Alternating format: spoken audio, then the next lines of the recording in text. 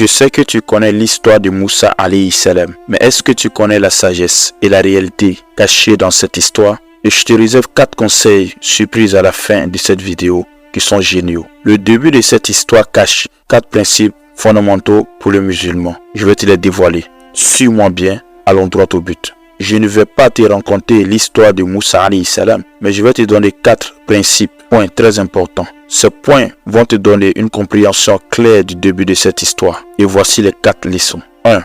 Même si certaines personnes sont choisies pour être des prophètes, elles restent sujettes à l'erreur, car elles demeurent humaines. Dans le récit de Moussa alayhi salam, il a tué un homme involontairement, puis s'est repenti. Sourate 28, verset 15. 2. Allah nous montre qu'il y a des ennemis parmi ses créatures. Pas parce qu'ils sont égaux à lui, non, mais parce qu'ils commettent des atrocités sur terre. Allah dit à la mère de Moïse, alayhi salam, dépose Moïse sur l'eau du fleuve. Un ennemi à moi le prendra. Ainsi, avoir un ennemi en tant qu'un être humain est normal. Seuls les fous et les gens inutiles n'ont pas des ennemis, n'ont pas d'adversaires.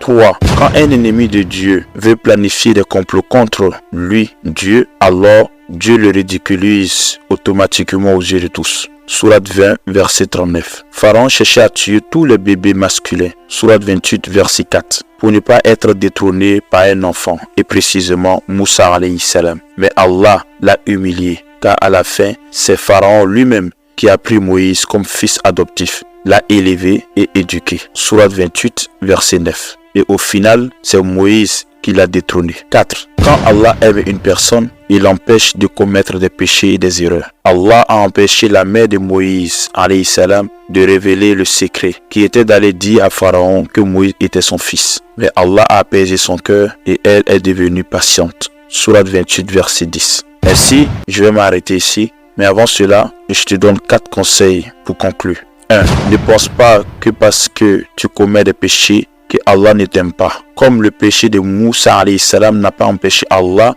de l'aimer et de le mettre parmi les élus. En effet, beaucoup des pires des hommes sont devenus les meilleurs aujourd'hui. 2. Ne planifie pas des complots maléfiques contre des personnes innocentes. Sinon, Allah risque de te ridiculiser devant tout le monde, comme il l'a fait avec Pharaon. 3. Il est important d'avoir des ennemis autour de soi. Grâce à leurs critiques, tu te corriges et deviens meilleur. 4. Cherche à te faire plaire et à te faire aimer par Allah. Ainsi, lui seul te suffit pour réussir. Ainsi, je te dis, on sera la prochaine, Inch'Allah.